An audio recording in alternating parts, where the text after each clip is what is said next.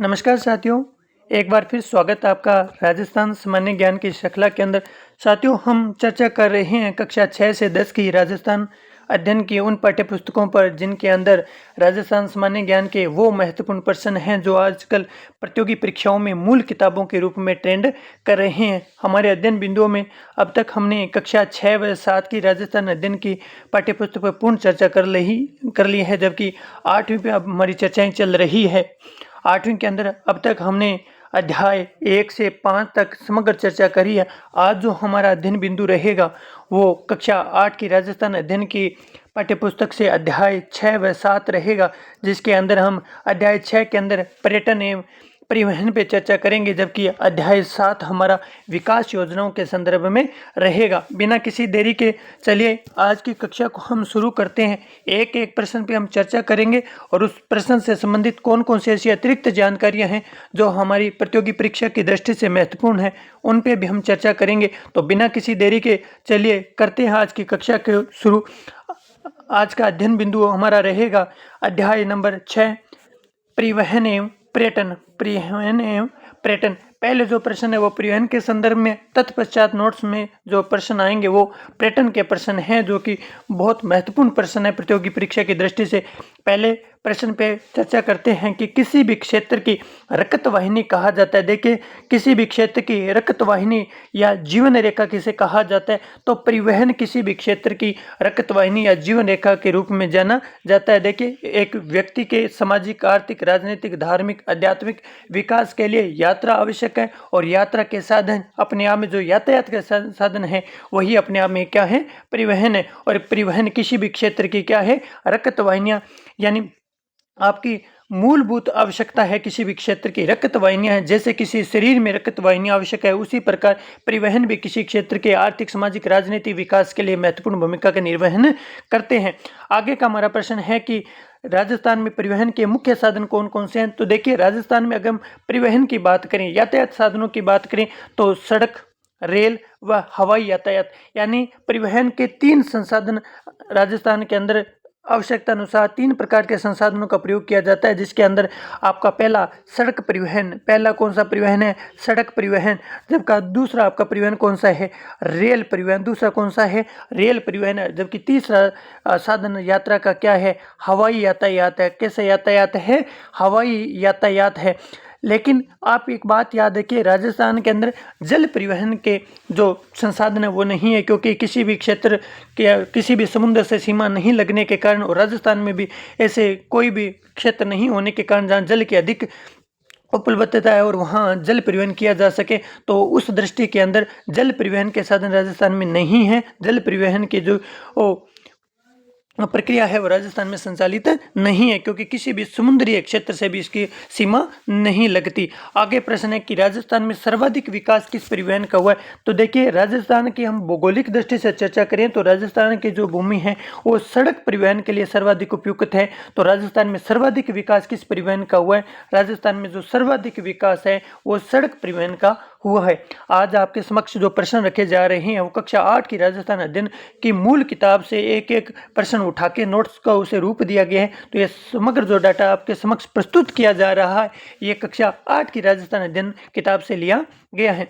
आगे प्रश्न है कि राज्य में स्थित सड़कों को किन भागों में वर्गीकृत किया जाता है। देखिए, राजस्थान के अंदर जितनी भी सड़कें संचालित हैं उनको अलग अलग भागों में वर्गीकृत किया जाता है, जिसमें पहला आपका वर्गीकरण राष्ट्रीय राजमार्ग, जिन्हें हम NH यानी नेशनल हाईवे के रूप में जानते हैं। पहला जो सड़क परिवहन का प्रकार अपने आप में वो NH यानी जिसे हम नेशनल हाईवे यानी राष्ट्रीय राजमार्ग के रूप में जानते हैं। दूसरा आपका जो प्रकार है वो राज्य राजमार्ग यानी स्टेट हाईवे के जितनी भी सड़कें वो राज्य राजमार्ग के अंदर आती है। तीसरी आपके सड़कों का प्रकार वह जिला व सड़क व ग्रामीण सड़क है। देखिए, एक जिले के दूसरे जिले से जो कनेक्टिविटी जोड़ने वाली सड़कें हैं जिला सड़क है, और एक जिले के अंदर जो संचालित सड़कें हैं वो अपने आप में ग्रामीण सड़कें हैं।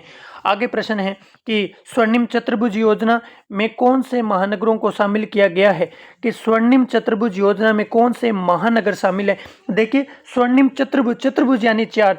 देखिए, परिवहन के साधनों का विकास करने के लिए भारत के मुख्य महानगरों को जोड़ने के लिए एक योजना संचालित की गई थी, जिसका नाम था स्वर्णिम चतुर्भुज। और स्वर्णिम चतुर्भुज के अंदर कौन कौन से 4 महानगर जोड़े गए थे। तो देखिए स्वर्णिम के महानगर के अंदर कौन कौन से जुड़े गए थे।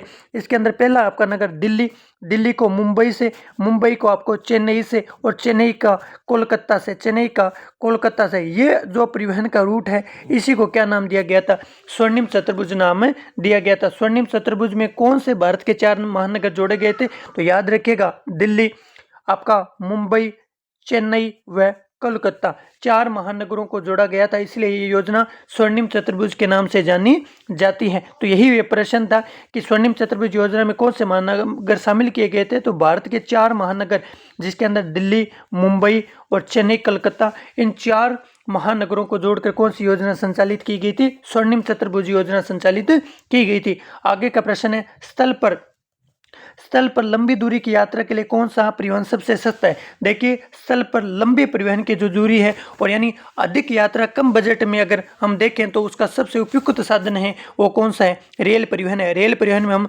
ज़्यादा से ज़्यादा दूरी की यात्राएं कम बजट में कर सकते हैं, इसलिए स्थल पर यानी जमीन पर चलने वाले साधनों में लंबी दूरी की यात्रा के लिए कौन सा परिवहन का साधन सबसे उपयुक्त है, तो वह हमारा उत्तर होगा रेल परिवहन। उत्तर क्या होगा, रेल परिवहन हमारा उत्तर होगा। आगे प्रश्न है कि भारत के अंदर प्रथम रेल का प्रारंभ कब और कहां हुआ था। तो देखिए भारत के अंदर प्रथम रेल का जो प्रारंभ है वो सन 1853 के अंदर मुंबई से ठाणे के बीच में पहली ट्रेन चलाई गई थी।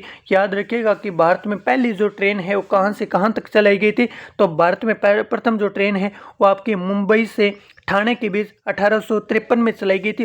कितने किलोमीटर तक चली थी ये भी याद रखिएगा, ये 34 किलोमीटर चली थी। कितने किलोमीटर चली थी, 34 किलोमीटर चली थी। और आपको ये भी ध्यान रखना है कि जब ये प्रथम ट्रेन चलाई गई थी उस टाइम भारत का गवर्नर जनरल यानी जीजी कौन था। तो देखिए जब प्रथम ट्रेन आपकी 34 किलोमीटर चलाई गई थी मुंबई से ठाणे के बीच 1853 में, जो भारत की प्रथम ट्रेन थी, इस समय भारत का गवर्नर जनरल कौन था। तो याद रखिएगा उस टाइम भारत का गवर्नर जनरल कौन था, लॉर्ड डलहौजी। कौन था, लॉर्ड डलहौजी उस समय भारत का गवर्नर जनरल था। और आपको ये भी याद रखना है कि रेल परिवहन का जनक कहा जाता है। भारत में रेलवे विकास का सबसे बड़ा श्रेय, सबसे अधिक श्रेय किसे दिया जाता है, डलहौजी को दिया जाता है। इसीलिए भारत में आपका भारतीय रेल का जनक किसे कहा जाता है, गवर्नर जनरल लॉर्ड डलहौजी को भारतीय रेलवे का क्या कहा जाता है, जनक कहा जाता है। ये कथन भी आपको ध्यान में रखना है। आगे ये भी आपको ध्यान रखना है कि ये जब ट्रेन चलाई गई थी, तो ये प्रथम ट्रेन जब मुंबई से ठाणे के बीच चलाई गई थी, तो इस ट्रेन को खींचने के लिए 3 इंजनों का प्रयोग किया गया था, जिनका नाम क्या क्या था, उनका नाम साहिब, सिंध व सुल्तान था। कौन से 3 मुख्य इंजन इस ट्रेन में लगाए गए थे, तो याद रखिएगा 3 इंजन लगाए गए थे, जिसका नाम साहिब, सिंध, और तीसरा जो इंजन था वो कौन सा था, सुल्तान। साहिब, सिंध व सुल्तान नामक 3 इंजनों का प्रयोग प्रथम रेल के अंदर किया गया था, यह आपको ध्यान रखना है। तो प्रश्न यह था कि भारत में रेल का प्रारंभ कब और कहां से होता है। भारत में प्रथम जो आपकी रेल है वो 1853 में मुंबई से ठाणे के बीच में 34 किलोमीटर चलती है। ये जो ट्रेन चली थी उस समय भारत का गवर्नर जनरल लॉर्ड डलहौजी था। लॉर्ड डलहौजी को भारतीय रेलवे का जनक भी कहा जाता है। और ये जो प्रथम ट्रेन चली थी, प्रथम रेल चली थी, इसे खींचने के लिए कितने इंजनों का प्रयोग किया गया था, 3 इंजनों का प्रयोग किया गया था, जिनका नाम साहिब, सिंध व सुल्तान था। याद रखिएगा साहिब, सिंध व सुल्तान था। आगे प्रश्न है राजस्थान के संदर्भ में कि राजस्थान में पहली रेल कब शुरू की गई थी। तो राजस्थान में पहली ट्रेन कब व कहां से शुरू की गई थी। याद रखिएगा राजस्थान की जो पहली ट्रेन है वो 1874 के अंदर, कब, 1874 के अंदर बांदुकुई दौसा से आगरा फोर्ट उत्तर प्रदेश के बीच में चलाई गई थी। कथन आपको ये भी एक ध्यान रखना कि पहली ट्रेन कहाँ चलाई गई थी, 1874 में आगरा फोर्ट जो उत्तर प्रदेश है और बांदुकुई जो कि दौसा है उनके बीच में, यानी राजस्थान और यूपी के बीच में पहली ट्रेन चलती है।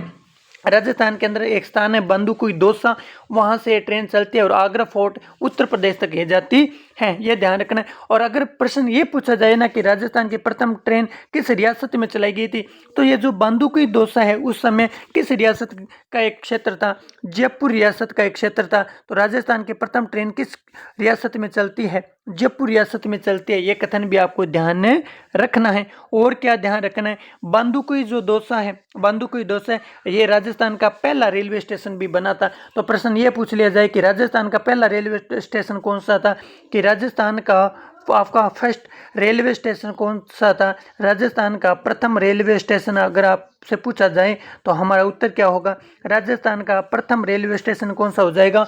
बांदुकुई दौसा राजस्थान का प्रथम रेलवे स्टेशन हो जाएगा। ये भी आपको ध्यान में रखना है। और प्रथम ट्रेन कब चली थी? प्रथम ट्रेन है वो 1874 के अंदर बांदुकुई दौसा से आगरा फोर्ट में चली थी, यूपी तक।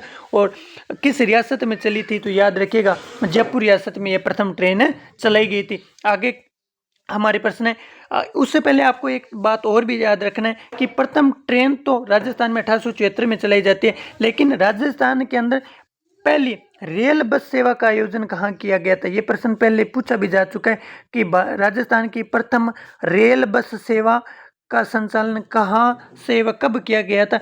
तो राजस्थान में प्रथम रेल बस सेवा का जो संचालन है वो सन 1997 के अंदर, सन 1997 के अंदर मेड़ता सिटी, सन 1997 के अंदर मेड़ता सिटी से आपका मेड़ता रोड नागौर के बीच में चलाया गया था।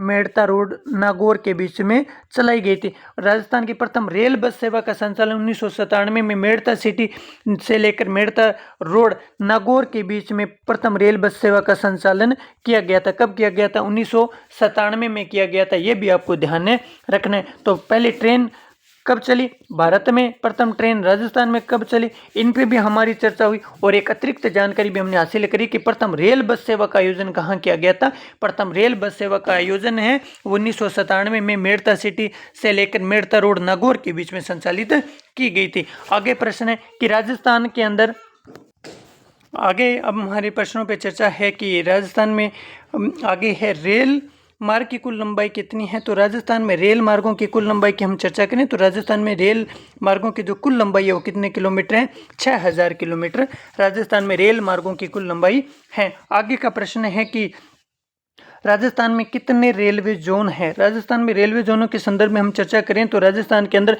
2 रेलवे जोन संचालित है, जिसके अंदर एक रेलवे जोन आपका उत्तरी पश्चिमी रेलवे जोन, जबकि दूसरा रेलवे जोन है वो आपका पश्चिमी मध्य रेलवे जोन है।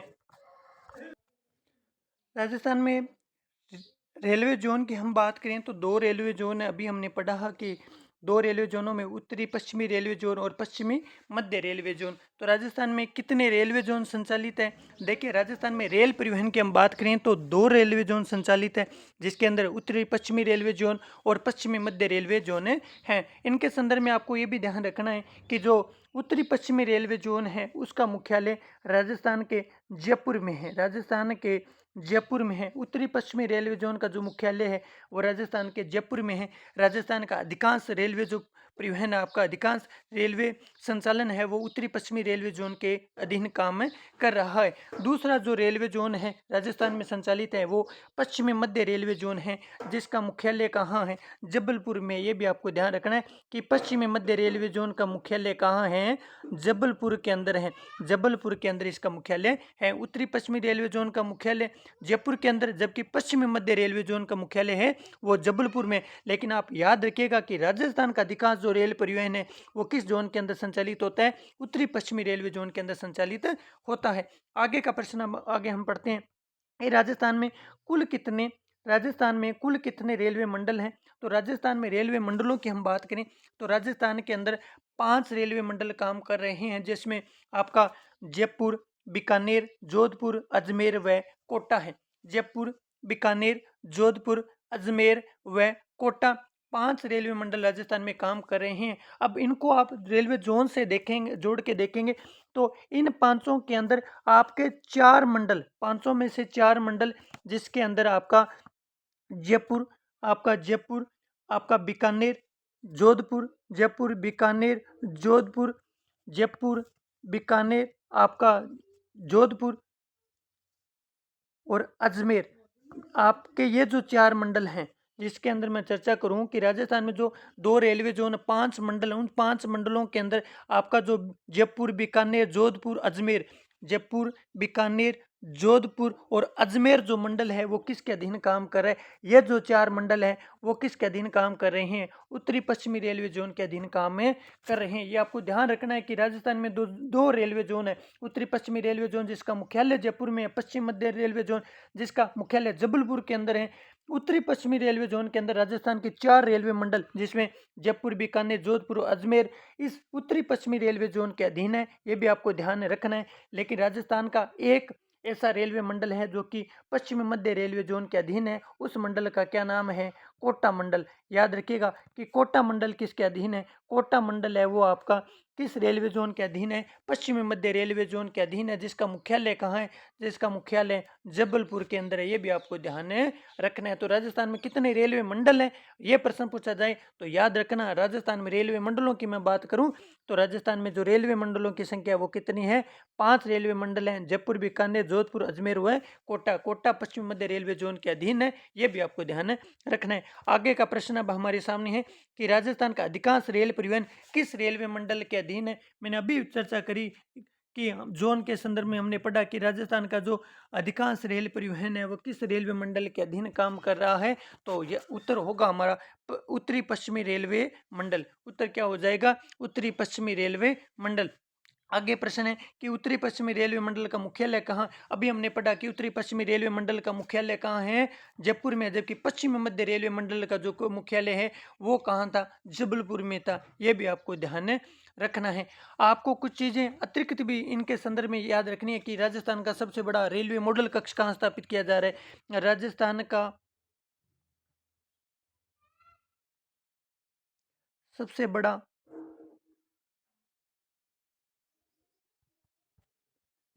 रेलवे मॉडल कक्ष कहाँ स्थापित किया जा रहा है?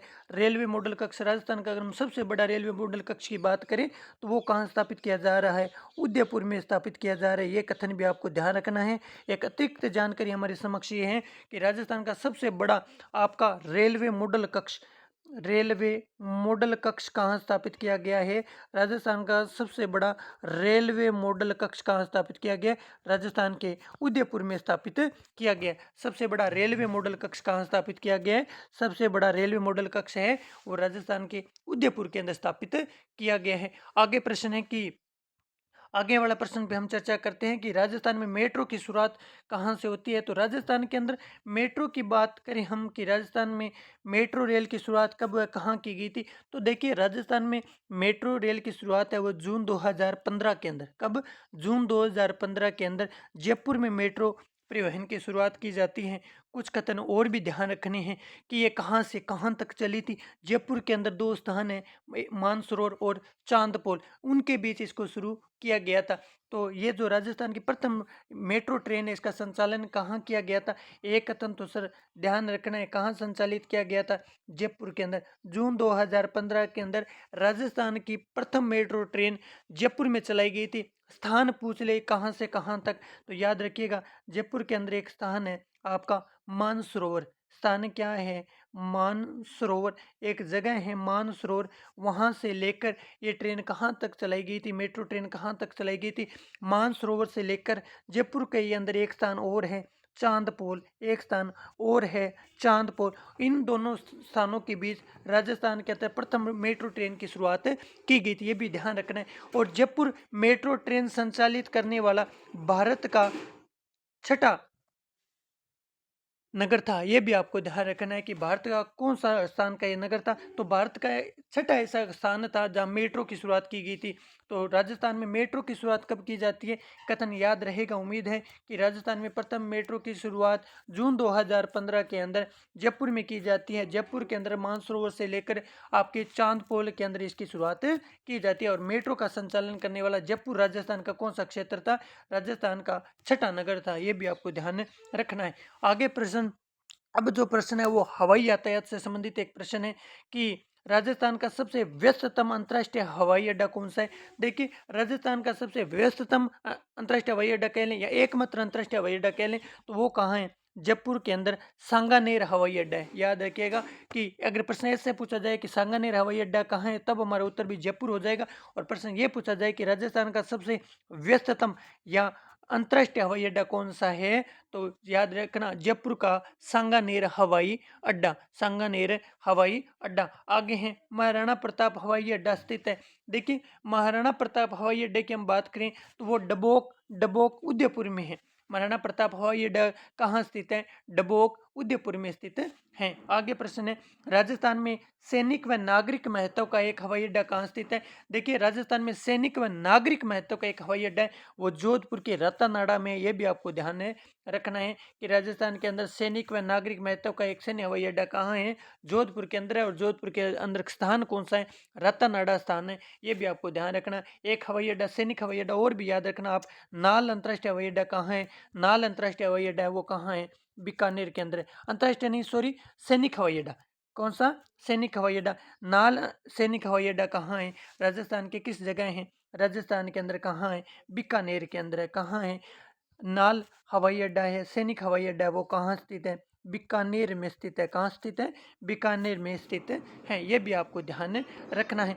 तो ये जो हमारे प्रश्न थे वो राजस्थान के परिवहन से संबंधित थे। आगे जो हमारे अध्ययन की चर्चा रहेगी वो पर्यटनों से संबंधित रहेगी। अब हमारी चर्चाएं हैं वो इसी पाठ के एक और कड़ी, जिसमें हमने परिवहन पे तो चर्चा करी। अब जो हमारी चर्चा रहेगी वो रहेगी हमारी पर्यटन पर। पर्यटन से संबंधित एक एक बात पे हम चर्चा करते हैं और कौन कौन से प्रश्न पर्यटन से संबंधित है और हमें ध्यान रखने के लिए उन पे भी चर्चा करनी चाहिए। तो शुरुआत करते हैं। देखिए ये जो पर्यटन वाला है इसके अंदर लिखा गया है कि एक व्यक्ति अपने सामाजिक, आध्यात्मिक, धार्मिक विकास के लिए एक स्थान से दूसरे स्थान पर यात्रा करता है और अपने उद्देश्यों की पूर्ति के पश्चात वह पुनः अपने गंतव्य स्थान पर लौट आता है। तो पर्यटन से संबंधित जो राजस्थान की विचारधारा है उसके संदर्भ में इस पाठ के अंदर उसके ऐतिहासिक पर्यटन, उसके भौगोलिक व प्राकृतिक पर्यटन व कुछ धार्मिक पर्यटन स्थलों के बीच में चर्चा की गई है। हम एक एक पे चर्चा करते हैं और कौन कौन से स्थल हमारे लिए महत्वपूर्ण है। यहाँ केवल स्थल और उसके क्षेत्र के संदर्भ में ही चर्चा करी गई है, फिर भी हम अतिरिक्त जानकारी हासिल करने का प्रयास भी करेंगे। आज पहला प्रश्न है, जैसे इसमें मैंने सीधे रखा है कि ऐतिहासिक पर्यटन संबंधित जितने भी स्थल है उनको एक जगह रखा है, भौगोलिक वाले अलग है और धार्मिक वाले अलग है। आपको केवल स्थान ध्यान रखना है जो इस किताब के अंदर लिखा गया। पहला है हनुमानगढ़ में कौन सी सभ्यता है? हनुमानगढ़ में दो सभ्यताओं का उजागर हुआ है, कालीबंगा व पीलीबंगा। याद रखिएगा हनुमानगढ़ में कौन से ऐतिहासिक पर्यटन स्थल है? कालीबंगा व पीलीबंगा। वैसे तो भद्रकाली मंदिर भी है, अब और भी भाग हैं, लेकिन इस किताब में लिखा गया है कि ऐतिहासिक पर्यटन स्थलों में दो मुख्य हैं, कालीबंगा व पीलीबंगा। कालीबंगा के संदर्भ में मैं चर्चा करूं तो सिंधु घाटी सभ्यता का एक स्थान है कालीबंगा। किस घाटी सभ्यता का? सिंधु घाटी सभ्यता का एक महत्वपूर्ण ऐतिहासिक स्थल है। प्राचीन जो सरस्वती नदी थी, प्राचीन सरस्वती नदी के किनारे ये सभ्यता है, जिसे वर्तमान में किस नदी के पाट पर है? ये गग्र नदी के पाट पर है। ये भी आपको ध्यान में रखना है। आपके ये अलग प्रश्न ध्यान भी रखना है कि कालीबंगा सभ्यता की खोज किसके द्वारा की जाती है? कालीबंगा सभ्यता की खोज है वो 1952 के अंदर अमलानंद घोष के द्वारा की जाती है। किसके द्वारा की जाती है? अमलानंद घोष के द्वारा कालीबंगा सभ्यता की खोज की जाती है। जबकि खुदाई का कार्य वो किसके द्वारा संपन्न कराया जाता है? खुदाई का जो कार्य है वो किसके द्वारा संपन्न कराया जाता है? बीबी लाल व बी के थापर के द्वारा। किसके द्वारा किया जाता है? बीबी लाल व बी के थापर के द्वारा यहाँ पर खुदाई कार्य भी संपन्न करवाया जाता है। ये भी आपको ध्यान रखना है। और क्या ध्यान रखना है कि कालीबंगा सभ्यता यहाँ जुते हुए खेत के साक्ष्य और ओ, विभिन्न अग्नि वेदिकाएं आदि अवशेष मिले थे। ये भी हमें ध्यान में रखना है। तो हनुमानगढ़ में कौन से पर्यटन स्थल होंगे? कालीबंगा व पीलीबंगा। कालीबंगा के संदर्भ में हमने लिखा कि यह सिंधु घाटी सभ्यता का एक प्राचीन नगर है। 1952 में अमलानंद घोष के द्वारा खोज की जाती है, जबकि इसकी खुदाई का कार्य है वो 1961 से 69 के बीच बीबी लाल व बी के थापर के द्वारा किया जाता है। और ये जो कालीबंगा पर्यटन स्थल है ये प्राचीन सरस्वती नदी के किनारे, जिसमें हम वर्तमान में एक नाली के रूप में गग्र नदी को जानते हैं, उस नदी के किनारे ये सभ्यता के अवशेष मिले हैं। ये भी ध्यान रखना है। कालीबंगा का मतलब है काली चूड़ियां। ये भी आपको ध्यान रखना है। आगे है उदयपुर के अंदर कौन सी सभ्यता है? उदयपुर में आपकी सभ्यता है आहड़ सभ्यता। आहड़ सभ्यता जिसे स्थानीय लोग किस नाम से जानते हैं? धूलकोट के नाम से जानते हैं। स्थानीय लोग किस सभ्यता के नाम से जानते हैं? धूलकोट सभ्यता के नाम से जानते हैं। ये सभ्यता आहड़ आइडिया बेड़च नदी के तट पर है। इस सभ्यता को बनास संस्कृति के नाम से भी जाना जाता है। किस सभ्यता को बनास संस्कृति भी कहा जाता है? तो आहड़ सभ्यता को बिनास बनास संस्कृति भी कहा जाता है। बेड़च नदी के किनारे स्थित है। ये आहड़ को ताम्रवती नगरी भी कहा जाता है। ये भी याद रखना है, ताम्र नगरी भी कहा जाता है। और इसकी खोज किसके द्वारा की गई थी? ऐसे आहड़, ऐसे याद रखिएगा, अक्षय कीर्ति व्यास। आहड़ सभ्यता की खोज किसके द्वारा की जाती है? अक्षय कीर्ति व्यास के द्वारा की जाती है। आहड़ सभ्यता की खोज किसके द्वारा की जाती है? अक्षय कीर्ति व्यास के द्वारा की जाती हैं। आगे के जो हमारे प्रश्न है, ये ताम्रपाषाणकालीन अवशेष था, ये भी आपको ध्यान रखना है। आगे का प्रश्न है कि जयपुर में कौन सी सभ्यता है? जयपुर के अंदर विराट सभ्यता है। जयपुर में कौन सी सभ्यता है? विराट सभ्यता है। विराट जो प्राचीन विराट नगर था, जो कि किसकी राजधानी थी? विराट, प्राचीन नाम विराट नगर, प्राचीन नाम क्या था? विराट नगर था। जो किस जनपद की राजधानी थी? ये मत्स्य जनपद की राजधानी थी। किस जनपद की राजधानी थी? मत्स्य जनपद की राजधानी थी। ये भी हमें ध्यान रखना है। यहाँ कौन कौन से अवशेष मिले? तो देखिए, विराटनगर मत्स्य जनपद यानी महाभारतकालीन अवशेष, यहाँ पांडवों के संदर्भ में जानकारी प्राप्त होती है। इसके अलावा यहाँ मौर्य अवशेष भी मिले हैं। मौर्यकालीन अवशेष भी यहाँ मिले हैं। यहाँ पर विजय की पहाड़ी पर अशोक के बाबरू शिलालेख भी मिला है। ये भी ध्यान रखना है कि यहाँ विराटनगर मत्स्य जनपद के पास ही विजय की पहाड़ी है, वहाँ अशोक के शिलालेख भी मिले हैं। और ये कथन और भी ध्यान रखना है कि यहाँ अकबर के द्वारा तांबे के सिक्के डालने के लिए, किसके द्वारा? अकबर के द्वारा, किसके द्वारा? अकबर के द्वारा तांबे के सिक्के डालने की एक टकसाल भी मिली थी। ये भी आपको ध्यान रखना है। उसके भी अवशेष यहाँ मिले हैं कि अकबर के द्वारा तांबे के सिक्के डालने की एक टकसाल का निर्माण कहाँ करवाया गया था? तो इसी बेराट के अंदर करवाया गया था। ये भी आपको ध्यान रखना है। और ये जो विराट है, प्राचीन विराट नगर है, जो मत्स्य जनपद की राजधानी थी। महाभारतकालीन अवशेष भी मिलते, मौर्यकालीन अशोक के भी अवशेष मिले, अशोक का शिलालेख भी मिले विजय की पहाड़ी पर। ये भी ध्यान रखना। विराट सभ्यता की खोज किसके द्वारा की जाती है? याद रखिएगा, विराट सभ्यता की खोज किसके द्वारा की जाती है? दयाराम साहनी के द्वारा की जाती है। किसके द्वारा की जाती है? दयाराम साहनी के द्वारा विराट सभ्यता की खोज की जाती है। ये भी आपको ध्यान रखना है। आगे का प्रश्न है, उस पर हम चर्चा करते हैं। हमारा आगे का प्रश्न है जो कि कौन सी सभ्यता के संदर्भ में? आगे का प्रश्न हमें है, सिक्कर में कौन सी सभ्यता? गणेश्वर सभ्यता। वर्तमान में ये नीम का थाना जिले के अंदर है। पहले सिक्कर में थी, वर्तमान में रामलुबाया समिति के 41 जिलों के पश्चात गणेश्वर सभ्यता है वो नीम का थाना सिक्कर में है। ये भी आपको ध्यान रखना है। इससे संबंधित क्या क्या ध्यान रखना है? कौन सा पुरातात्विक स्थल है? ये ताम्रपाषाणकालीन है। कौन सा अवशेष है सर? कौन सी सभ्यता का अवशेष है? ये ताम्र पाषाणकालीन सभ्यता के। कौन से सभ्यता के? ताम्र पाषाणकालीन सभ्यता के अवशेष स्थल है। इन्हें ताम्रयुगीन सभ्यताओं की जननी भी कहा जाता है। याद रखिएगा, गणेश्वर सभ्यता को ताम्रयुगीन जितनी भी सभ्यताएं हैं उनकी क्या कहा जाता है? ताम्रयुगीन सभ्यताओं की क्या कहा जाता है? गणेश्वर को जननी कहा जाता है। और पुरातत्व का पुरस्कार भी कहा जाता है। ये भी ध्यान रखना है कि पुरातत्व का पुष्कर किसे कहा जाता है? पुरातत्व का पुष्कर किसे कहा जाता है? नीम का थाना की गणेश्वर सभ्यता को कहा जाता है। यह भी हमें ध्यान रखना है। किस नदी के किनारे स्थित है? यह भी ध्यान रखना है कि नीम का थाना के अंदर आपकी गणेश्वर सभ्यता कांतली नदी के किनारे स्थित है। ये कथन भी आपको ध्यान रखना है। और इसकी जो खोज का कार्य किसके द्वारा करवाया गया था? इसकी खोज का कार्य है वो 1977 के अंदर रतन चंद्र अग्रवाल के द्वारा करवाया गया था। इसके उत्खनन का कार्य वो किसके द्वारा करवाया गया था? रतन चंद्र अग्रवाल के द्वारा। किसके द्वारा? रतन चंद्र अग्रवाल के द्वारा इसकी खोज और उत्खनन कार्य भी संपन्न करवाया गया था। तो याद रखिएगा गणेश्वर सभ्यताओं के बारे में कि ताम्रपाषाणकालीन सभ्यता है, ताम्रपाषाणकालीन पुरातात्विक स्थल है, ताम्रयुगीन सभ्यताओं के जननी व पुरातत्व का पुष्कर भी कहा जाता है। कांतली नदी के किनारे स्थित है। 1977 के अंदर उत्खनन का कार्य है वो रतन चंद्र अग्रवाल के द्वारा करवाया जाता है। ये भी आपको ध्यान रखना है। बहुत से महत्वपूर्ण प्रश्न है जिन पे हम चर्चा कर रहे हैं। जब भी आप नोट्स बनाएं तो ये जो बातें बताई जा रही है बोल के, इनको भी आप नोट्स में ऐड कर लें। आगे का प्रश्न आपका है, लिखा हुआ है कि जयपुर में हवा महल का निर्माण किसके द्वारा करवाया जाता है? जयपुर में हवा महल। तो ये भी तो याद ही रखना ना भाई, ये जो 8वीं कक्षा की किताब है, ये 8वीं के बच्चे के स्तर के अकॉर्डिंग उसे पता होना चाहिए। हवा महल जयपुर में, आमेर का किला जयपुर में, जंतर मंतर जयपुर में। तो आप कंपटीशन की दृष्टि से पढ़ रहे हैं तो किताबों में तो उतना ही लिखा हुआ है, आप खुद ऐड कीजिए नोट्स के अंदर। विभिन्न कंपटीशन गाइडें आप पढ़ते हैं, वहाँ से इनको ऐड करें। ये किताबें आपके जीके का आधार है, बस आप ये इसको समझें, आधार है, लेकिन पूर्ण चयन नहीं है। आपको कुछ अतिरिक्त जानकारी में पता होनी चाहिए, जो कि कुछ इस किताब में लिखी है, कुछ इसी किताब का एक भाग आपको 9वीं में भी मिलेगा। 9वीं किताब में के अंदर आपके अगर कहीं इतिहास के बिंदु है, तो वहाँ कुछ भाग मिलेगा, कुछ भाग 10वीं में मिलेगा, या कुछ के और किताबों में भी कंपटीशन गाइड में मिलेगा। तो हमें वो समग्र ज्ञान इस विषय के संदर्भ में होना चाहिए। आगे प्रश्न है कि हवा महल जयपुर में है, आप हवा महल से संबंधित भी कुछ बातें याद रख सकते हैं कि सर हवा महल से संबंधित क्या बातें याद रख सकते हैं। हवा महल से संबंधित याद रखें कि इसका निर्माण कब करवाया गया था। 1799 के अंदर इसका निर्माण है वो सवाई प्रताप सिंह के द्वारा कराया जाता है। किसके द्वारा करवाया जाता है?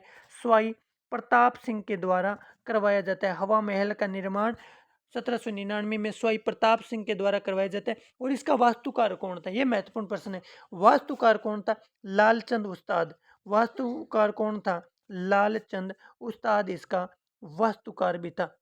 इसके अंदर लगभग 953 नक्काशीदार झरोखे यानी खिड़कियां बनाई हुई है। हवा महल के अंदर कितने नक्काशीदार झरोखे हैं? लगभग 953 आपके नक्काशीदार झरोखे या खिड़कियां यहाँ बनाई गई है। ये भी आपको ध्यान रखना है। आगे इसी के अंदर दिया हुआ है आमेर का किला।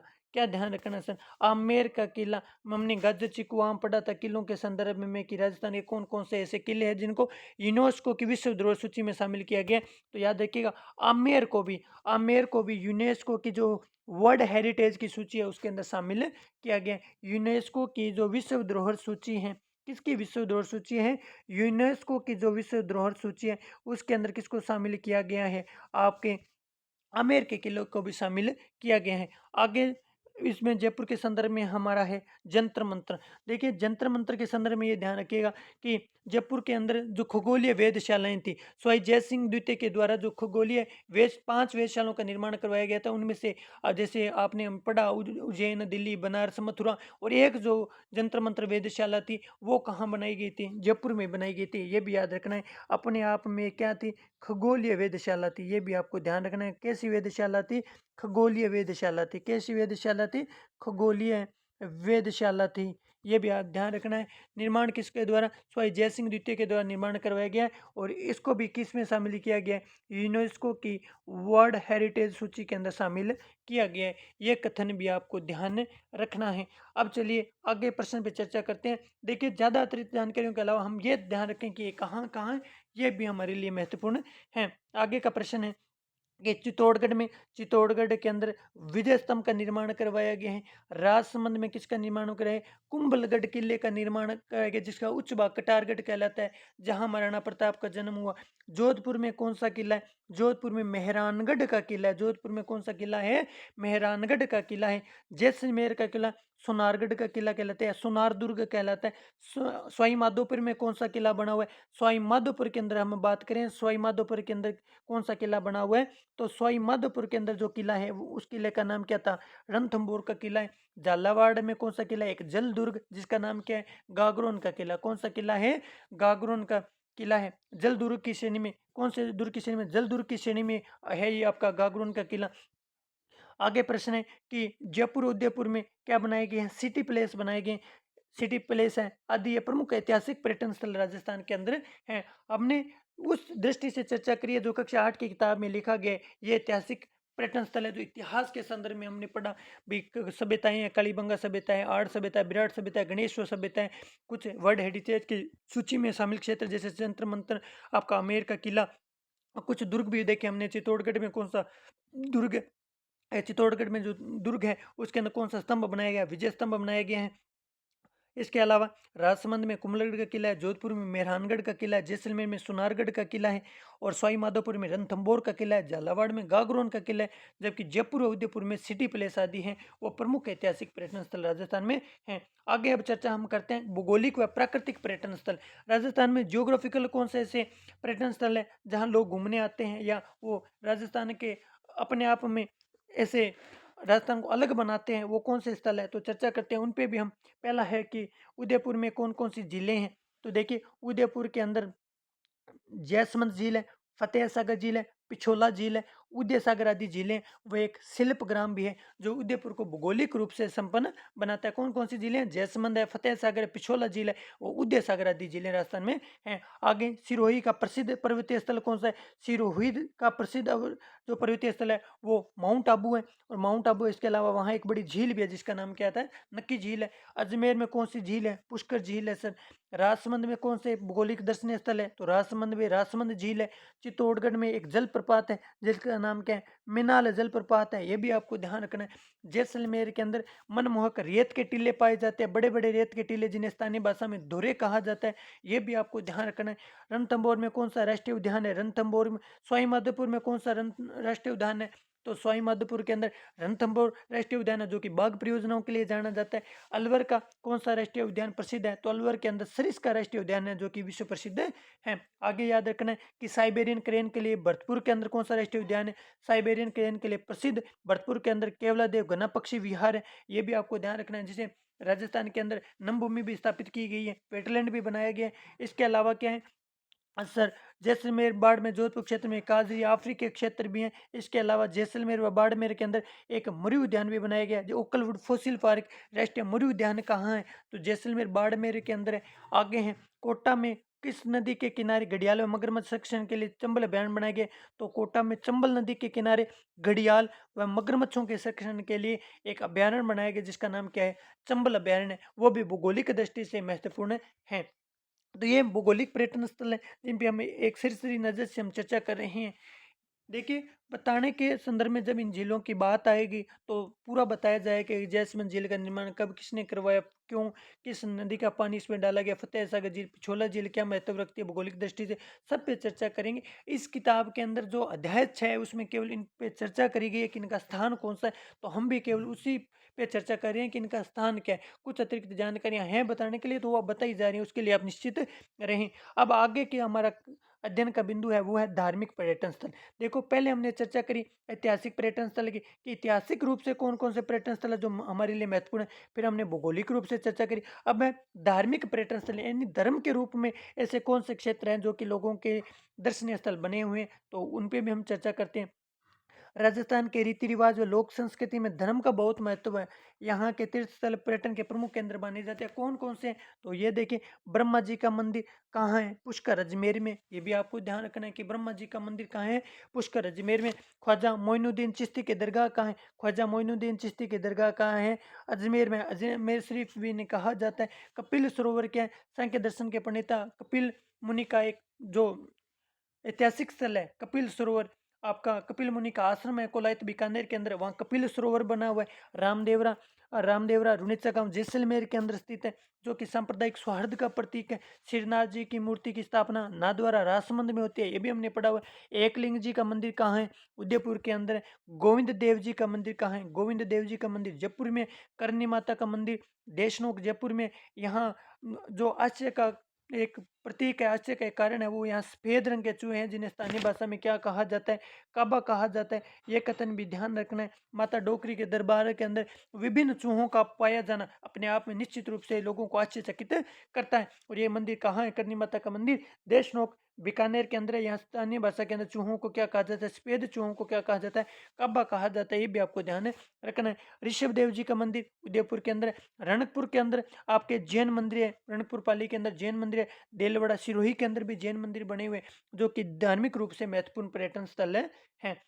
आगे हैं अन्य महत्वपूर्ण पर्यटन स्थल कौन कौन से हैं? आप एक बात याद रखिएगा, पर्यटन को बढ़ावा देने के लिए एक पीजी योजना पेंग गेस्ट योजना भी संचालित की गई थी। तो पीजी योजना यानी पेंग गेस्ट योजना का संदर्भ किससे है? तो वो है आपका पर्यटन से है। ये भी आपको ध्यान रखना है। आगे प्रश्न है, पर्यटन को बढ़ावा देने के लिए राजस्थान में कौन सी संस्था की स्थापना की गई? पर्यटन को बढ़ावा देने के लिए राजस्थान में RTDC यानी राजस्थान टूरिज्म डेवलपमेंट कमीशन यानी राजस्थान पर्यटन विकास निगम की स्थापना की गई है। राजस्थान में पर्यटन को बढ़ावा देने के लिए कौन से डिपार्टमेंट यानी कौन सी संस्था की स्थापना की गई है? तो राजस्थान में पर्यटन को बढ़ावा देने के लिए राजस्थान पर्यटन विकास निगम RTDC की स्थापना की गई है। और इस RTDC का मुख्यालय कहाँ है? इस RTDC का मुख्यालय जयपुर में, ये भी आपको ध्यान रखना है। राजस्थान में पर्यटन विकास हेतु स्थापित पर्यटन मंडल सर्किट कौन कौन से हैं? तो देखिए राजस्थान में पर्यटन विकास हेतु स्थापित जो पर्यटन मंडल सर्किट है वो कौन कौन से है? तो आमेर सर्किट है, मरु सर्किट है,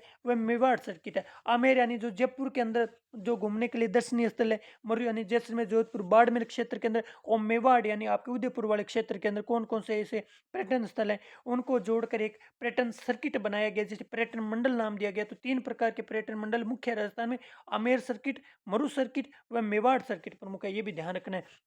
आगे हैं, पर्यटन स्थलों के सैर हेतु कौन सी शाही रेलगाड़ी संचालित की गई है?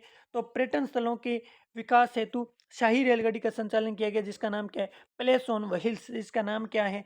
Place on wheels. आगे प्रश्न है, राजस्थान में पर्यटन को बढ़ावा देने के लिए पर्यटन को कौन सा दर्जा दिया गया है? तो पर्यटन को बढ़ावा देने के लिए पर्यटन को उद्योग का दर्जा दिया गया। ये भी आपको ध्यान में रखना है कि पर्यटन को बढ़ावा देने के लिए राजस्थान में पर्यटन को यूनुस खान समिति की सिफारिशों पर किसका दर्जा दिया गया? उद्योग का दर्जा दिया गया। यानी पर्यटन को अपने आप में क्या माना गया है? उद्योग माना गया है। क्या माना गया है? उद्योग, आजीविका का साधन माना गया है। अब देखिए राजस्थान में बहुत से महोत्सव आयोजित किए जाते हैं पर्यटन के रूप में। पर्यटन विभाग के द्वारा अलग अलग स्थानों पर मुख्य महोत्सव आयोजित करवाए जाते हैं। मैं आपके समक्ष 5-6 महोत्सव लेके आया हूँ, जो कि प्रतियोगी परीक्षा की दृष्टि से हमारे लिए बहुत महत्वपूर्ण है।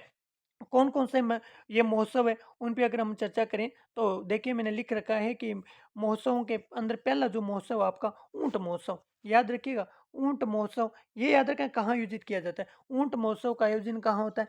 ऊंट महोत्सव का आयोजन राजस्थान के अंदर बीकानेर में होता है। ऊंट महोत्सव का आयोजन कहाँ होता है? बीकानेर में होता है। आगे दूसरा महोत्सव है मरु महोत्सव। मरु महोत्सव का आयोजन कहाँ किया जाता है?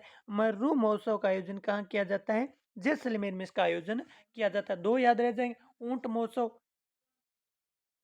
बीकानेर के अंदर है, मरु महोत्सव आपका जैसलमेर में। जबकि पतंग महोत्सव का आयोजन कहाँ किया जाता है? मकर संक्रांति के अवसर पर सबसे अधिक पतंगों के उड़ाने की जो ये त्योहार के रूप में कहाँ सबसे ज़्यादा मनाया जाता है? जयपुर में मनाया जाता है। इसलिए ये भी याद रखना कि पतंग महोत्सव कहाँ है? पतंग महोत्सव आपका कहाँ मनाया जाता है? पतंग महोत्सव कहाँ मनाया जाता है? जयपुर में मनाया जाता है। ये भी हमें ध्यान में रखना है। आगे प्रश्न है, पतंग महोत्सव के बाद अगर हम बात करें, पतंग महोत्सव की बात होगी तो याद रह जाएगा ऊंट महोत्सव का आयोजन बीकानेर के अंदर, मरु महोत्सव का आयोजन जैसलमेर, पतंग महोत्सव का आयोजन जयपुर में। अब आगे हैं कुंभलगढ़ महोत्सव। देखिए कुंभलगढ़ राजसमंद में है, कुंभलगढ़ का किला राजसमंद में है। तो कुंभलगढ़ महोत्सव का आयोजन कहाँ किया जाता है? राजसमंद में किया जाता है। ध्यान रखिएगा। मारवाड़ महोत्सव, देखिए मरु महोत्सव, मारवाड़ महोत्सव। मरु महोत्सव का आयोजन जैसलमेर में, जबकि मारवाड़ महोत्सव का आयोजन कहाँ होता है? जोधपुर में होता है। ये भी आपको ध्यान रखना है। और आखिरी महोत्सव हमारा है कि मेवाड़ महोत्सव। मेवाड़ महोत्सव का संचालन कहाँ किया जाता है? मेवाड़ महोत्सव का आयोजन है वो उदयपुर के अंदर किया जाता है। ये भी आपको ध्यान में रखना है कि मेवाड़ महोत्सव का आयोजन कहाँ किया जाता है? उदयपुर के अंदर मेवाड़ महोत्सव का आयोजन किया जाता है। मारवाड़ महोत्सव जोधपुर में, कुंभलगढ़ महोत्सव राजसमंद के अंदर। ये ध्यान रखना है। और इसके अलावा आपको ये ध्यान रखना है इनके इनके स्थान कहाँ कहाँ से। प्रश्न आपके मिलान में भी पूछे जा सकते हैं। ऊंट महोत्सव का मिलान बीकानेर से होगा। कई बार स्थान देख के भी पूछ लिया जाता है, बीकानेर में निम्न में से कौन से महोत्सव का आयोजन किया जाता है? तब हमारा उत्तर क्या हो जाएगा? ऊंट महोत्सव हमारा उत्तर हो जाएगा। तो ये भी हमारे लिए बहुत महत्वपूर्ण है। तो साथियों, मैंने चर्चा करी आप लोगों के साथ कक्षा 8 की राजस्थान अध्ययन के जो अध्याय 6 है आपका परिवहन व पर्यटन। मैंने एक एक प्रश्न भी हम आपके समक्ष चर्चा करी, कुछ महत्वपूर्ण प्रश्न और भी अतिरिक्त जानकारी हासिल करी। देखिए ज़्यादा अतिरिक्त जानकारी हासिल करेंगे तो आप कंपटीशन गाइड पढ़े, फिर ये मूल किताबों का कोई उद्देश्य नहीं रहता।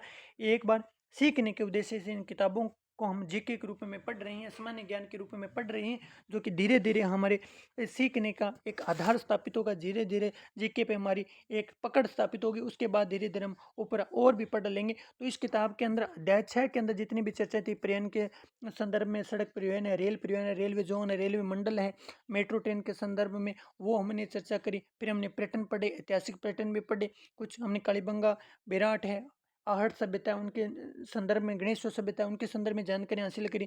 फिर हमने भूगोलिक कौन कौन से पर्यटन स्थल है उन पे भी चर्चा करी, उनका स्थान कौन कौन सा है, धार्मिक पर्यटनों पे भी चर्चा करी। और आखिर के अंदर हमने पर्यटन आरटीडीसी पे भी चर्चा करी, मरु सर्किट पे भी चर्चा करी, कौन कौन से सर्किट बनाए गए उन पे भी चर्चा करी, और आखिर में हमने महोत्सवों पे भी चर्चा करी कि राजस्थान में कौन से 5-6 मुख्य महोत्सव मनाए जाते हैं, उन पे भी हमने चर्चा करी जो इस किताब के अंदर लिखे गए हैं। अब जो हमारा अध्ययन का आगे की कड़ी रहेगी वो रहेगी अध्याय 7। देखिए, मैंने अध्याय 7 को वैसे का वैसा ही आपके समक्ष लाने का प्रयास किया है, योजनाएं, क्योंकि उसमें योजनाएं दी गई वो एक नोट्स टाइप ही दी गई है, ज़्यादा अतिरिक्त जानकारी है उसमें कुछ नहीं लिखी गई, डायरेक्ट नोट्स ही है वो 7वां अध्याय, उस पे भी हम चर्चा करते हैं। अब हमारा जो अध्याय रहेगा वो रहेगा 7वां।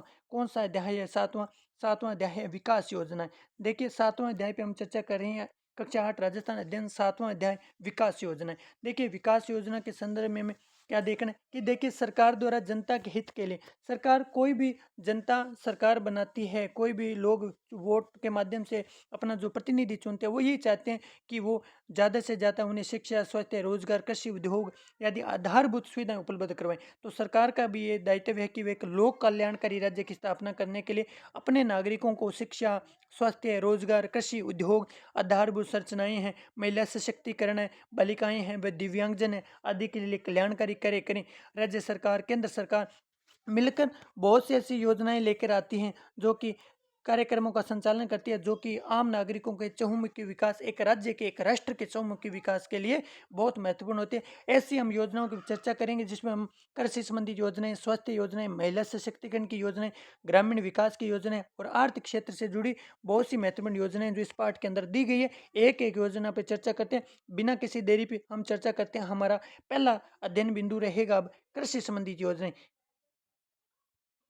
कृषि संबंधित जितनी भी योजनाएं हैं इस इनबॉक्स में बनी हुई है, एक एक पे हम चर्चा करते हैं। और पहली योजना है कृषि कल्याण कोष योजना। देखिए, कृषि कल्याण कोष योजना के संदर्भ देखिए, इस अध्याय के अंदर दिया हुआ है कि विकास योजनाएं क्या, उनका मुख्य उद्देश्य क्या था, उन पे हम चर्चा करेंगे। मैं कुछ जो महत्वपूर्ण योजनाएं हैं उनको अलग से बताऊंगा, उनकी कब शुरुआत की गई थी, कौन कौन से उनके मुख्य बिंदु या पात्रता क्या उनके संदर्भ में, वो भी हम चर्चा करेंगे। तो पहली योजना है कृषि कल्याण कोष। देखिए, किसानों को उत्पाद का उचित मूल्य प्रदान करने के लिए एक योजना लाई गई थी जिसका नाम था कृषि कल्याण कोष योजना। आगे योजना है राष्ट्रीय खाद्य सुरक्षा मिशन योजना। देखिए, इसका अंग्रेजी नाम NFSM है। NFSM, NFSM यानी राष्ट्रीय खाद्य सुरक्षा मिशन योजना गेहूं और दालों की उत्तम किस्मों का उत्पादन करने के लिए अक्टूबर 2007 के अंदर NFSM योजना यानी राष्ट्रीय खाद्य सुरक्षा मिशन योजना की शुरुआत की गई थी। वर्तमान में इसका नया नाम राष्ट्रीय खाद्य सुरक्षा मिशन एवं पोषण योजना भी है, ये भी ध्यान रखना है। इसके आगे एक नाम और भी जोड़ दिया गया है, पोषण योजना एवं राष्ट्रीय खाद्य सुरक्षा मिशन एवं पोषण योजना भी इसका वर्तमान नाम है, ये भी आपको ध्यान रखना है। आगे योजना है राष्ट्रीय कृषि विकास योजना। ये भी कृषि से संबंधित क्षेत्रों की में वृद्धि दर को बढ़ाना था। प्रधानमंत्री कृषि सिंचाई योजना, इसका जो मुख्य उद्देश्य था वो फसलों को उन्नत बनाने के लिए सिंचाई हेतु पानी उपलब्ध करवाना था। आगे है प्रधानमंत्री फसल बीमा योजना। देखिए, फसलों का बीमा करके किसानों को राहत देना, ताकि यानी अकाल फसलों को बर्बादी होना, आपके ओलावृष्टि होना या सूखे कारण फसलों का बर्बाद होने के बाद उन फसलों का बीमा देने के लिए सरकार के द्वारा प्रधानमंत्री फसल बीमा योजना का निर्माण किया गया था। राष्ट्रीय आयुष मिशन, राष्ट्रीय आयुष मिशन के संदर्भ में चर्चा करें तो औषधीय पौधों की खेती को प्रोत्साहन व दवाओं के लिए कच्चे पदार्थों की उपलब्धता को सहज बनाने के लिए कौन सी योजना की शुरुआत की गई थी? राष्ट्रीय आयुष मिशन की शुरुआत की गई थी। आगे योजना है किसान कलेवा योजना। देखिए, किसानों को गुणवत्ता युक्त आहार यानी खाने की भोजन सामग्री उपलब्ध कराने के लिए आर्थिक सहायता देने के लिए कौन सी योजना संचालित की गई थी? किसान कलेवा योजना संचालित की गई थी। इस योजना के लिए किसान को 40 रुपये अनुदानित राशि मिलती थी, जिसमें वो 5 रुपये की प्लेट मिलती थी। उसे खाने की कितने रुपए में प्लेट मिलती थी? 5 रुपये की प्लेट मिलती थी। इस योजना के अंदर लगभग 5 रुपये किसान के द्वारा वहन किए जाते, जबकि 35 रुपये जो खर्च हैं वो किसके द्वारा वहन किए जाते थे? मंडी के द्वारा खर्च वहन किए जाते थे। ये भी आपको ध्यान में रखना है। 40 रुपये की प्लेट 5 रुपये में दी जा रही थी, बाकी जो 35 रुपये उनका भुगतान कौन करती थी? मंडी करती थी। उनको एक कूपन भी दिया जाता था जो वहाँ जमा करवाना पड़ता था, और तत्पश्चात 5 रुपये के अंदर गुणवत्ता युक्त आहार उनको दिया जाता था।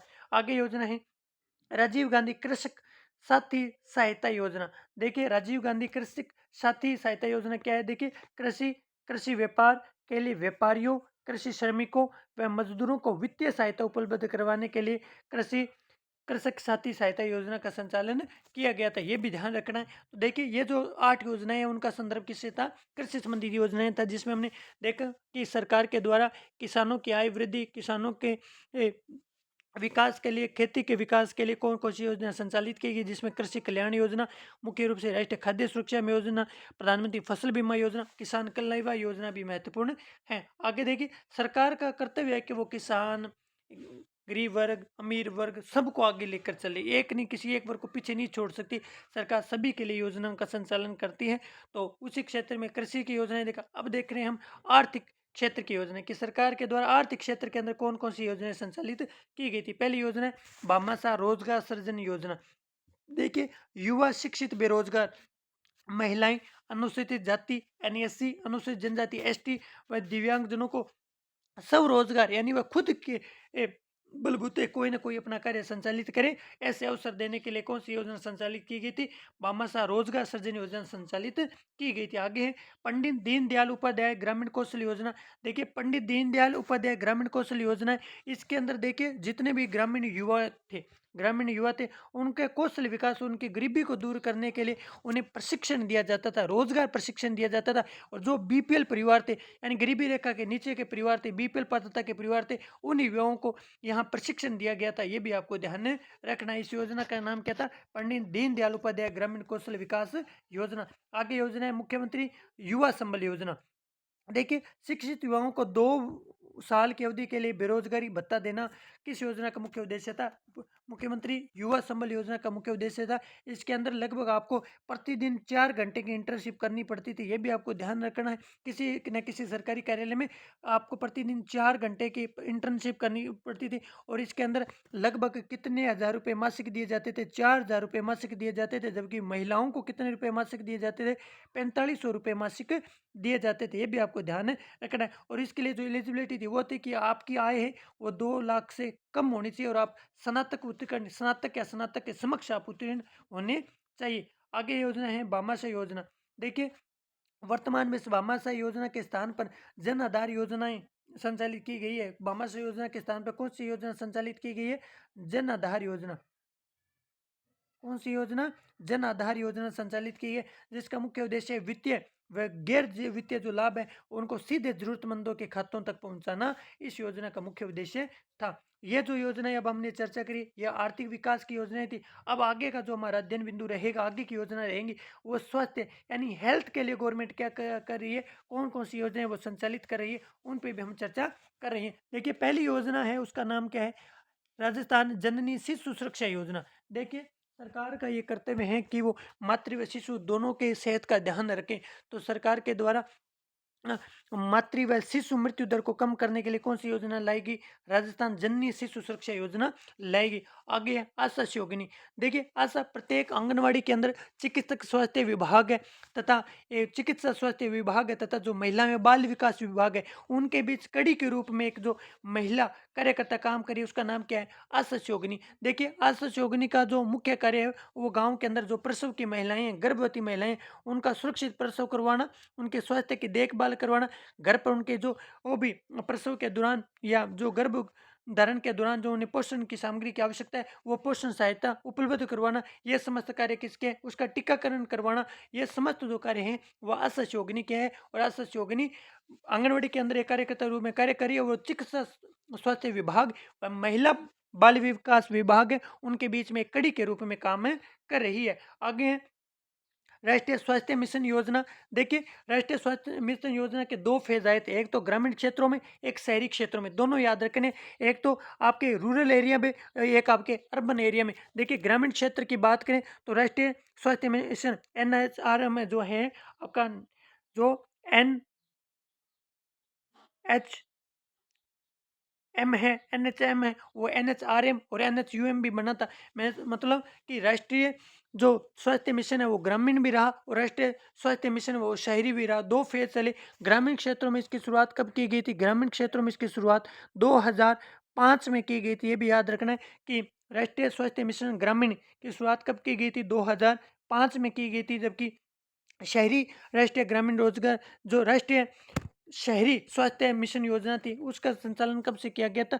2013 से किया गया था। ये भी आपको ध्यान रखना है कि आपकी राष्ट्रीय स्वास्थ्य मिशन योजना की ग्रामीण क्षेत्रों में शुरुआत 2005 से होती है, जबकि शहरों में इसकी शुरुआत कब से होती है? 2013 से होती है। ये भी आपको ध्यान रखना है। ग्रामीण व शहरी क्षेत्रों में स्वास्थ्य प्रणाली को मजबूत करते हुए न्याय संगत, सस्ती व गुणवत्ता युक्त स्वास्थ्य सेवाओं को देने के लिए राष्ट्रीय स्वास्थ्य मिशन योजना की शुरुआत की गई थी। जननी एक्सप्रेस, देखिए गर्भवती महिलाएं और उनके जो नवजात शिशु है उनको चिकित्सक संस्थान यानी हॉस्पिटल तक लाना और उन्हें घर ले जाना, इनके लिए एक योजना संचालित की गई थी जिसका नाम क्या था? जननी एक्सप्रेस। आगे है आयुष्मान भारत योजना। आगे कौन सी योजना है? आयुष्मान भारत योजना। देखिए सरकारी व निजी अस्पतालों में सामाजिक आर्थिक रूप से जो जितनी भी पिछड़ी जाती है उनको कैशलेस इलाज उपलब्ध करवाने के लिए, कि सरकारी व निजी अस्पतालों में सामाजिक व आर्थिक रूप से पिछड़ी जातियों को कैशलेस इलाज उपलब्ध करवाने के लिए कौन सी योजना संचालित की गई थी? आयुष्मान भारत योजना संचालित की गई थी, जिसके अंदर 5 लाख तक का कैशलेस इलाज दिया जाता है। कितने लाख तक का कैशलेस इलाज दिया जाता है? लगभग 5 लाख तक का कैशलेस इलाज दिया जाता है। ये भी आपको ध्यान रखना। और एक बात और भी याद रखनी है कि इस योजना को वर्तमान में प्रधानमंत्री जन आरोग्य योजना का नाम दिया गया। कौन सा नाम दिया गया है? याद रखना, प्रधानमंत्री जन आरोग्य योजना। क्या नाम दिया गया है? प्रधानमंत्री जन आरोग्य योजना। प्रधानमंत्री जन आरोग्य योजना। और ये भी आपको ध्यान रखना है कि सरकारी वित्त पोषित, ये सरकारी वित्त पोषित यानी सरकार के द्वारा फंडिंग की ये विश्व की सबसे बड़ी स्वास्थ्य योजना है। ये कथन भी आपको ध्यान रखना है। मोस्ट इंपोर्टेंट ये कथन है कि सरकारी वित्त पोषित के अंदर दुनिया की सबसे बड़ी योजना कौन सी है?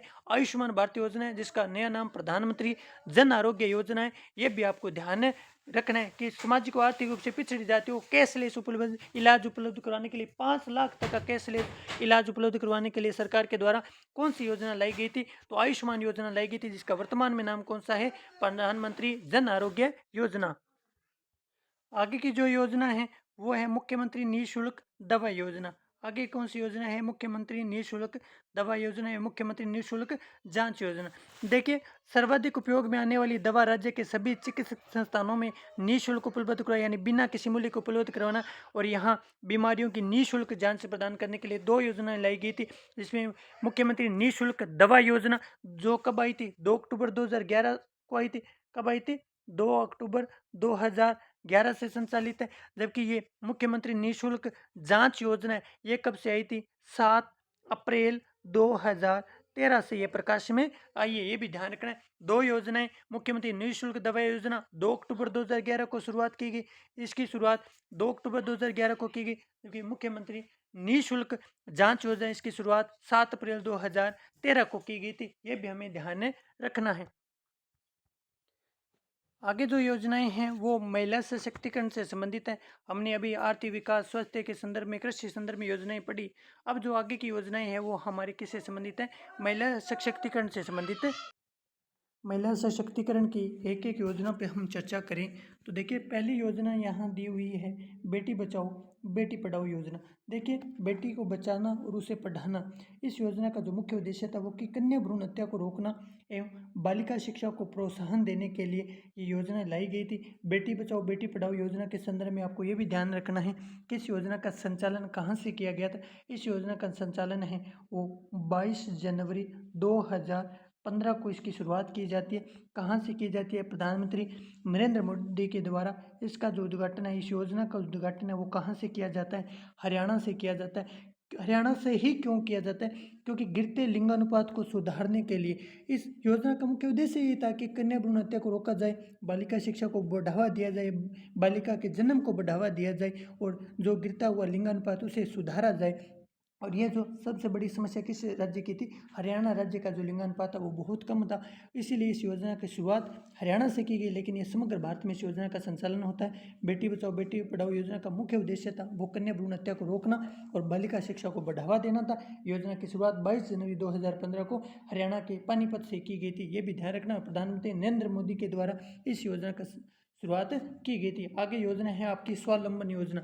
स्वावलंबन योजना का मुख्य उद्देश्य क्या है? देखिए, स्वावलंबन योजना की बात करूँ मैं, गरीब महिलाएं, विधवा है महिलाएं, परित्यक्ता महिला है और जो ग्रामीण महिलाओं के जीवन स्तर में सुधार करने के लिए इस योजना की शुरुआत की गई थी। ये भी आपको ध्यान रखना है कि स्वावलंबन का मतलब है स्वयं आप आत्मनिर्भर बने, अपने कार्यों को करें, अपनी आजीविका के साधनों का विकास करें। इस योजना का नाम क्या था? स्वावलंबन योजना था। आगे एक योजना है साझा अभियान। देखिए, नाम से ये योजना महत्वपूर्ण है कि साझा अभियान योजना का मुख्य उद्देश्य क्या था?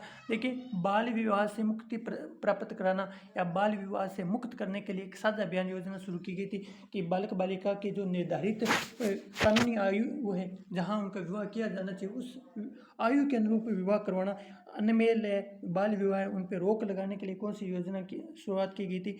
साझा अभियान योजना की शुरुआत की गई थी। आगे है गरिमा बालिका संरक्षण योजना।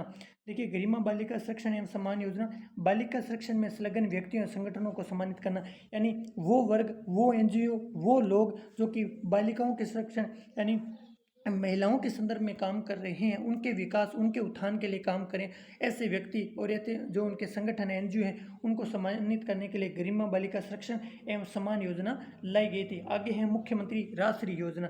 देखिए, मुख्यमंत्री राजश्री योजना लड़कियों में शिक्षा एवं स्वास्थ्य की स्थिति में सुधार करने के लिए मुख्यमंत्री राजश्री योजना लाई गई थी। वर्तमान में यह लाडो प्रोत्साहन योजना के अंतर्गत काम कर रही है। यह योजना वर्तमान में लाडो प्रोत्साहन योजना के रूप में काम कर रही है। किस योजना के रूप में काम कर रही है? लाडो प्रोत्साहन योजना के रूप में काम कर रही है। इस योजना के अंदर क्या था? देखिए, इस योजना के अंदर जो 1 जून 2016 है, 1 जून 2016 है, उसके बाद जन्म लेने वाली 2 संतान जीवित जो बेटियां हैं, 2 संतान जो जीवित बेटियां हैं, उनको 6 किस्त के अंदर, कितनी किस्त के अंदर? 6 किस्त के अंदर अलग अलग राशि के माध्यम से 6 किस्त के अंदर कितने रुपए देना? 6 किस्त के अंदर उन्हें कितने रुपए देना कि 6 किस्तों के द्वारा, कितनी किस्तों के द्वारा? 6 किस्तों के द्वारा उन्हें लगभग 50,000 रुपये उपलब्ध कराना। कितने रुपए देना? लगभग 50, जिसमें उनमें जन्म के बाद, उनके प्रथम कक्षा में प्रवेश के समय, उनकी 10वीं पास करने के समय, यानी अलग अलग टर्म, अलग अलग फेज पे उनके कितने रुपए उन्हें उपलब्ध करवाना? 50,000 उपलब्ध करवाना। ये किस योजना का मुख्य उद्देश्य था? मुख्यमंत्री राजश्री योजना का ये मुख्य उद्देश्य था। 1 जून 2016 के बाद जन्म लेने वाली 2 या 2 से अधिक जीवित बेटियों को इस योजना का लाभ मिला था, वो इसके लिए पात्र है। लाडो प्रोत्साहन योजना के रूप में भी ये योजना अब काम कर रही है। आगे है आईएम शक्ति फंड योजना। आईएम शक्ति फंड योजना का मतलब कि ये जो कक्षा 8 का बोर्ड एग्जाम हुआ है 2025-26 सत्र का, 2025-26 सत्र का जो बोर्ड एग्जाम हुआ उसके अंदर भी पूछी गई थी। आईएम शक्ति फंड योजना का उद्देश्य क्या है? कि महिलाएं हैं वो स्वयं सहायता, खुद के ग्रुप बनाएगी और आर्थिक सहायता प्रदान कर महिलाओं को आत्मनिर्भर बनाना। किस योजना का मुख्य उद्देश्य था? आपकी आईएम शक्ति फंड योजना का ये मुख्य उद्देश्य था। महिलाएं खुद ग्रुप बनाएंगी, पैसे इकट्ठे करेगी और जिस भी महिला को आवश्यकता है वहाँ एक बार उसे आर्थिक सहायता देगी और इस प्रकार अपने आप में वुमेन इंप्रूवमेंट, महिला आत्मनिर्भर, महिला सशक्तिकरण के रूप में ये योजना काम कर रही है। अब देखिए आगे, अब जो हमारी योजनाएं हैं वो ग्रामीण विकास, यानी गाँव के अंदर कौन सी ऐसी योजनाएं लाई गई जो ग्रामीण क्षेत्र के विकास के अंदर महत्वपूर्ण थी? तो पहली योजना है मुख्यमंत्री आदर्श ग्राम योजना। देखिए, चयनित गांव में कृषि, शिक्षा, स्वास्थ्य, पर्यावरण के साथ साथ लोकतांत्रिक मूल्यों का विकास करने के लिए मुख्यमंत्री आदर्श ग्राम पंचायत योजना लाई गई थी। वर्तमान में इसका नाम मुख्यमंत्री आयुष्मान आदर्श ग्राम पंचायत योजना भी है। ये भी ध्यान रखना, यहाँ एक नाम और जुड़ जाएगा, आयुष्मान। कौन सा नाम जुड़ जाएगा? आयुष्मान। वर्तमान में इसका नाम और क्या हो जाएगा? वर्तमान में इसका नाम मुख्यमंत्री आयुष आदर्श ग्राम पंचायत योजना हो जाएगा। चयनित गाँव में कृषि, शिक्षा, स्वास्थ्य, पर्यावरण के साथ लोकतांत्रिक यानी पंचायती राज मूल्यों का विकास करना। स्वच्छ भारत, स्वस्थ भारत, 2 अक्टूबर 2014 को समग्र भारत के अंदर स्वच्छ भारत, स्वस्थ भारत योजना संचालित की गई थी। स्वच्छता हेतु देश को खुला शौच मुक्त बनाना, कचरे का संग्रहण करना और उसका निस्तारण करना इस योजना का मुख्य उद्देश्य था। स्वच्छ भारत योजना का मुख्य उद्देश्य था। अटल भूजल योजना। देखिए, सामुदायिक सहयोग के साथ माध्यम से भूजल प्रबंधन में सुधार लाने के लिए अटल भूजल योजना संचालित की गई थी। Special area development programme. देखिए, राजस्थान के विशिष्ट क्षेत्र जैसे अलवर भरतपुर का मेव के मेव अधिकता वाला मेवात क्षेत्र, डांग क्षेत्र है, आपका बीड़ के क्षेत्र है, मगरा है, इन सीमांत क्षेत्रों का विकास करने के लिए एक अलग से स्पेशल एरिया डेवलपमेंट प्रोग्राम शुरुआत की गई थी। स्पेशल एरिया डेवलपमेंट प्रोग्राम की शुरुआत का मुख्य उद्देश्य क्या था? जो विशेष क्षेत्र जैसे कि मेवात का क्षेत्र है, डांग का क्षेत्र है, आपका मगरा क्षेत्र है, वहाँ विकास करना। आगे है मनरेगा यानी महात्मा गांधी राष्ट्रीय ग्रामीण रोजगार गारंटी योजना। देखिए, ग्रामीण परिवारों में वर्ष में न्यूनतम 100 दिन का रोजगार उपलब्ध करवाने के लिए प्रधानमंत्री जो बाद में अब प्रधानमंत्री के द्वारा या विभिन्न वर्गों के द्वारा मनरेगा महात्मा गांधी राष्ट्रीय ग्रामीण रोजगार गारंटी योजना का संचालन किया गया है 2005 से। देखिए, वर्तमान में प्रधानमंत्री और उनकी जो कैबिनेट है उनके द्वारा इसका एक नया नाम जी राम जी योजना भी लाया गया है। अब इसी चैनल पर जो जिस पे यह कक्षा हो रही है, इसी पे समग्र नरेगा की विचारधारा का एक पूर्ण वीडियो आपको मिलेगा। आप जाके प्लेलिस्ट में चेक करें, मनरेगा पर एक पूर्ण वीडियो बना हुआ है कि वर्तमान में जो रोजगार है वो लगभग 125 दिन किए जाने की बात की जा रही है। 15 दिन के अंदर काम मांगने पर काम मिलेगा और इस योजना का नया नाम जी राम जी योजना है। इसी चैनल पे इसकी पूरी क्लास पढ़ी, आप जाके आराम से देखें और अपने ज्ञान में जरूर वृद्धि करना। ये मुख्य उद्देश्य क्या हो जाएगा कि मनरेगा का मुख्य उद्देश्य हो जाएगा ग्रामीण परिवारों में वर्ष में न्यूनतम 100 दिन का रोजगार उपलब्ध करवाना। ये कक्षा 8 की किताब में लिखा हुआ है। आगे है प्रधानमंत्री आवास योजना। ग्रामीण क्षेत्रों में लोगों को कच्चे मकानों से मुक्त करके पक्के मकान उपलब्ध करवाने के लिए सरकार के द्वारा आर्थिक सहायता दी जाती है। ये योजना कौन सी थी? प्रधानमंत्री आवास योजना। आगे योजना है ग्रामीण गौरव पथ योजना। देखिए, ग्रामीण सड़कों को कनेक्ट करना मेगा हाईवे से, ग्रामीण सड़कों को मेगा हाईवे से जोड़ने के लिए कौन सी योजना संचालित की गई है? ग्रामीण गौरव पथ योजना संचालित की गई है। आगे है प्रधानमंत्री ग्राम सड़क योजना। देखिए, प्रधानमंत्री ग्राम सड़क योजना की शुरुआत की बात करूं मैं, प्रधानमंत्री ग्राम सड़क योजना की शुरुआत 25 दिसंबर 2000 को शुरुआत की जाती है। प्रधानमंत्री ग्राम सड़क योजना की शुरुआत कब की जाती है? 25 दिसंबर 2000 को इसकी शुरुआत की जाती है। ग्रामीण क्षेत्रों में सड़कों का विकास करना इस योजना का प्रमुख उद्देश्य था। अब आगे हैं, चलिए इसी अध्याय में जो मैंने कहा मैंने पूरे अध्याय की PDF बनाई है, उस अध्याय पे चर्चा करिए। 3-4 पेज है, ज़्यादा कुछ नहीं है, लेकिन वो महत्वपूर्ण है, ये आपको ध्यान रखना है। इन प्रमुख योजनाओं के अलावा ग्रामीण गैर कृषि विकास अभिकरण राजस्थान राज्य औद्योगिक एवं निवास निगम रिको, राजस्थान लघु उद्योग निगम लिमिटेड राजसिको औद्योगिक क्षेत्र को बढ़ावा देने के लिए कार्य करें। कौन कौन सी संस्था? रिको, राजसिको, ये ऐसी संस्थाएं हैं। इसके अलावा ग्रामीण गैर कृषि विकास अभिकरण है, राजस्थान राज्य औद्योगिक विकास निगम है, ये सब संस्थाएं काम कर रही है। इसी तरह शिक्षा के क्षेत्र में निःशुल्क पाठ्य पुस्तक वितरण योजना है, विद्यार्थी सुरक्षा योजना है, दुर्घटना बीमा योजना है, गार्गी पुरस्कार योजना है, निःशुल्क साइकिल वितरण योजना है, लैपटॉप वितरण योजना है, मुख्यमंत्री हमारी बेटी योजना है, अक्षय पेटिका योजना भी संचालित की जा रही है। जिन योजनाओं का मुख्य उद्देश्य राज्य के अंदर कल्याणकारी व्यवस्थाओं का निर्वहन करना है। आगे, समाज के कमजोर और उपेक्षित वर्गों के सर्वांगीण विकास के लिए राज्य सरकार विशेष ध्यान दिया है। उन्हीं योजनाओं की बात करें तो अनुपूरित योजना, उत्तर मैट्रिक छात्रवृत्ति योजना, विधवा पुनर्विवाह प्रोत्साहन योजना, सहयोग उपहार योजना, वृद्धावस्था पेंशन योजना, मुख्यमंत्री एकल नारी पेंशन योजना, मुख्यमंत्री विशेष योग्यता समान पेंशन योजना का क्रियान्वयन भी राज्य सरकार के द्वारा किया जा रहा है। इसके अलावा लोक कल्याणकारी योजनाओं का लाभ आमजन को सरलता, सुगमता, पारदर्शिता से पहुंचे, इसके लिए सरकार के द्वारा राजस्थान जन आधार योजना की शुरुआत कब की गई है? 2019 में राजस्थान जन आधार योजना की शुरुआत की गई है। इसके तहत प्रदेश के निवासी परिवारों को जन आधार कार्ड प्राप्त होंगे, सरकारी योजनाएं और सुविधाओं को उनको लाभ मिलेगा और महिला इसकी प्रमुख होगी, ये भी आपको ध्यान रखना है। उसकी पहचान पत्र का प्रमाण भी यहाँ काम में लिया जा सकता है। इसके अलावा जन आधार की जो मुखिया है वो कौन सी होगी? उस परिवार की जो महिला मुखिया है वही इस जन आधार की मुखिया होगी, ये भी आपको ध्यान रखना है। आगे हैं, इसी लेसन में दिया हुआ कि सतत विकास गोल 2030 का भी एक विजन दिया गया। जैसे विकसित राजस्थान 2047 का गोल लेकर सरकार हमारी चल रही है, उसी प्रकार सतत विकास गोल 2030 का भी इस अध्याय में दिया हुआ है कि संयुक्त राष्ट्र संघ जो यूएनओ है उसके सदस्य देशों द्वारा 2015 में सतत विकास एजेंडा बनाया गया। इसका कार्य योजना का मुख्य लक्ष्य था कि गरीबी को सभी रूप से व सभी जगहों से समाप्त करना। इस एजेंडे के द्वारा 17 लक्ष्यों का चयन किया गया था। ये इंपॉर्टेंट है, सतत विकास गोल के अंदर कितने लक्ष्यों का चयन किया गया था? 17 लक्ष्यों का चयन किया गया था कि हम ये 17 जो लक्ष्य हैं उन्हें 2030 तक हम पा लेंगे। कौन कौन से लक्ष्य थे? गरीबी का अंत करना, भूखमरी को समाप्त करना, अच्छा स्वास्थ्य व जीवन स्तर सुधारना, गुणवत्तापूर्ण शिक्षा देना, लैंगिक समानता देना, शुद्ध जल एवं स्वच्छता देना, इसके अलावा किफायती एवं स्वच्छ ऊर्जा वो देना, सम्मानजनक कार्य करना, आर्थिक विकास करवाना उद्योग, नवाचार, बुनियादी ढांचों का विकास करना, असमानता में कमी लाना, संघारणीय शहर एवं समुदाय की स्थापना करना, सतत उपभोग उत्पादन करना, जलवायु परिवर्तन करवाना।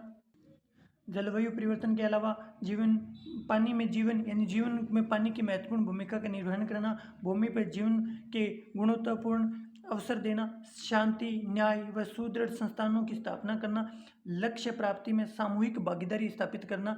इन सभी लक्ष्यों को पाने के लिए सरकार के द्वारा कौन से एक विजन बनाया गया, तो सरकार के द्वारा यूएनओ के द्वारा यूनाइटेड नेशन ऑर्गेनाइजेशन यानी संयुक्त राष्ट्र संघ के द्वारा कौन सा लक्ष्य रखा गया है, याद रखना सतत विकास लक्ष्य रखा गया। कौन सा विकास लक्ष्य रखा गया है, सतत विकास लक्ष्य रखा गया।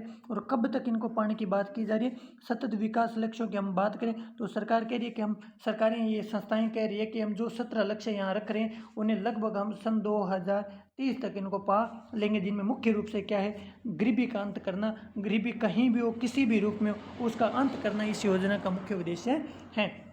इस सतत विकास लक्ष्य का मुख्य उद्देश्य है। तो साथियों हमने चर्चा करी कक्षा 8 के राजस्थान अध्ययन का जो अध्याय आपका 7 है, अध्याय 6 है। अध्याय 6 के अंदर हमने परिवहन पर्यटन पर चर्चा करी, जबकि अध्याय 7 जो अपने आप में एक नोट्स के रूप में इस किताब में दिया गया उस पर भी हमने चर्चा करी, जिसके अंदर मुख्य रूप से विकास योजना में हमने देखा कि किस प्रकार एक लोक कल्याणकारी राज्य, किस प्रकार हम अपनी जनता को सामाजिक आर्थिक राजनीतिक रूप से सुदृढ़ बनाते हैं। और इसके अलावा में कृषि, स्वास्थ्य, महिला सशक्तिकरण, ग्रामीण विकास, सामाजिक विकास, आर्थिक विकास, स्वास्थ्य के अंदर कौन कौन सी योजनाएं इसे संचालित करता है जिससे एक राज्य अपने आप में लोक कल्याणकारी बने।